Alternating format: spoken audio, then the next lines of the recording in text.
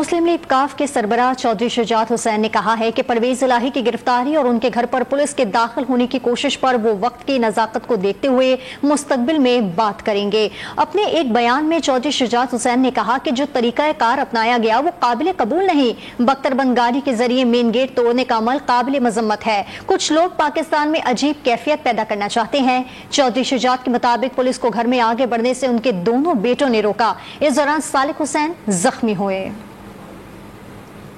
مسلم league کاف کے سربراہ چودھری شجاعت حسین نے کہا ہے کہ پرویز الہی کی گرفتاری اور ان کے گھر پر پولیس کے داخل ہونے کی کوشش پر وہ وقت کی نزاکت کو دیکھتے ہوئے مستقبل میں بات کریں گے۔ اپنے ایک بیان میں چودھری شجاعت حسین نے کہا کہ جو طریقہ کار اپنایا گیا وہ قابل قبول نہیں۔ بختر بند گاڑی کے ذریعے مین گیٹ توڑنے کا عمل قابل مذمت ہے۔ کچھ لوگ پاکستان میں عجیب کیفیت پیدا کرنا چاہتے ہیں۔ چودھری شجاعت کے مطابق پولیس کو گھر میں آگے بڑھنے سے ان کے دونوں بیٹوں نے روکا۔ اس دوران صالح حسین زخمی ہوئے۔